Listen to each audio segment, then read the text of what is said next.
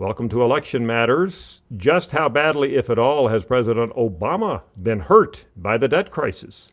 Has the Tea Party overplayed its hand? And Rick Perry, governor of Texas, if he jumps in this weekend, what difference will it make in the GOP primary chase? I'm Frank Newport, Gallup editor-in-chief.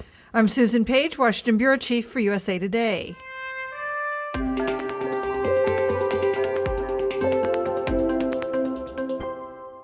Let's look at the history of this. The fact of the matter is that this is essentially a Tea Party downgrade. The Senate and the presidency are controlled by the Democrats, and the fact is that the president never came forward with a plan. Well, Susan, you might think there's an election underway or in the future with all of that blame game back and forth, everybody saying it's the other person's fault. What about Obama? How do you think he's going to come out of all this? I think that he's got problems with his Democratic base. We know that there's some restiveness there with his support. And in terms of what did he get out of this deal, is his leadership strong?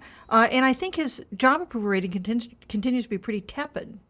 Well, tepid's an interesting word. When we go back, Susan, we find that, for example, Bill Clinton and Ronald Reagan actually had been down in the 30% range in their first terms. And, of course, they both came back and were reelected. So I'm kind of surprised, maybe a little contrarian perspective here, that Obama's job approval rating is held up like it has. It has not fallen into the 30% range. And even over the last several days, we've seen it in a couple of different polls that we've done in the mid-40% range. He's clearly got a core of support, including African-American support, that's going to stick with him. But the thing that Reagan and Clinton had going for them was an economy that started to really improve, that looked pretty good by the time they ran for re-election. All the signs now is that this economic recovery is so slow and fragile that President Obama is going to have a much weaker economy when he's actually standing for re-election. Even so, we've seen the perceptions of the economy on the part of the American public really plummet. You know, we have up to 79% of Americans say the economy is getting worse just in the last week. And yet, as you map that line going down for economic confidence, Obama's job approval has not been in lockstep. It felt a little, kept constant. So I don't know. I think some people could say Obama's doing better than might be expected. I think he's got real warning signs. 51% say he doesn't deserve re-election. People still blame George W. Bush for some of our economic problems.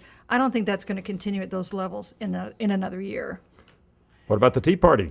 Well, the Tea Party, won a lot in this debt ceiling deal, substantively, but maybe at a cost. And we know from our new polling, not out yet, that only among Tea Party supporters do a majority want this new debt commission for people not to reach a compromise, for the two sides, for their side at least, to stand firm and not compromise.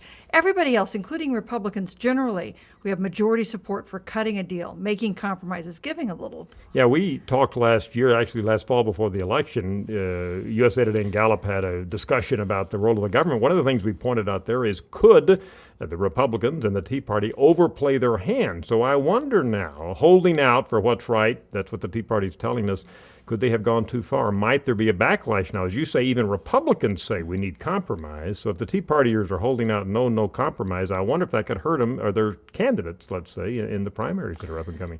And 41% of Americans say a candidate who is supported by the Tea Party, a congressional candidate, they'd be less likely to support. Only in the low 20s are they more likely to support a candidate backed by the Tea Party. What about the Republicans? You've got a net plus, but still less than half of Republicans say they're more likely to support a Tea Party candidate. So, it's going to be interesting to see how that plays out in the primaries. The Tea Party could be a bigger advantage in the primaries, maybe even a disadvantage in a general election. It's going to be fascinating to follow. And speaking of the Tea Party, one of the candidates, it looks like in our data that Republicans who are supporters of the Tea Party really get behind is none other than Governor Rick Perry of Texas. He could jump in? Politico is reporting that he'll announce on Saturday. He's certainly been exploring a race. He's not even announced yet, and yet he's first among Tea Party Republicans. He's second among the Republican field generally. He pushes Michelle Bachmann down to fourth. Now that's interesting because she's on the cover of Newsweek and getting a lot of press, and I know she's a native Iowan, is she not? So I know she's really counting on a lot of visibility on Saturday from the straw poll in Iowa. But you say some sources say Perry might announce on Saturday and really smother the news coverage if she does well, right? At least get into all those stories. And, of course, they both appeal to evangelical Christians. They have appealed to Tea Party supporters.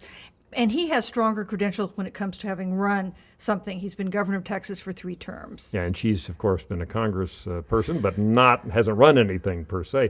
By the way, don't forget Mitt Romney, because even among Tea Party supporters, we pointed out in the new poll that Perry beats Bachmann, but Romney's right up there within a point or two of Perry, even among Tea Party supporters. So Romney's got to still be in the equation when we look forward to the primaries. I think that's right. At 24%, he's still leading the field. Now, we know that Governor Perry addressed that big prayer rally in Houston this past weekend. Well, I guess that helps him with Republicans. Does it help him in a general election to have the support of that group of Americans? Fascinating question. When we look at the data, and I've been really exploring religion and politics, Susan, as you may know, among white Americans, if you're very religious, and that would be the evangelicals, you are much more likely to be a Republican than an independent or Democrat. White Democrats are significantly less religious, less strongly religious than Republicans. So he is playing to the base there with this rally down at Reliance Center in Houston. But as you say, it's going to have to be a balance in the general election because a lot of those independent voters are not all that religious.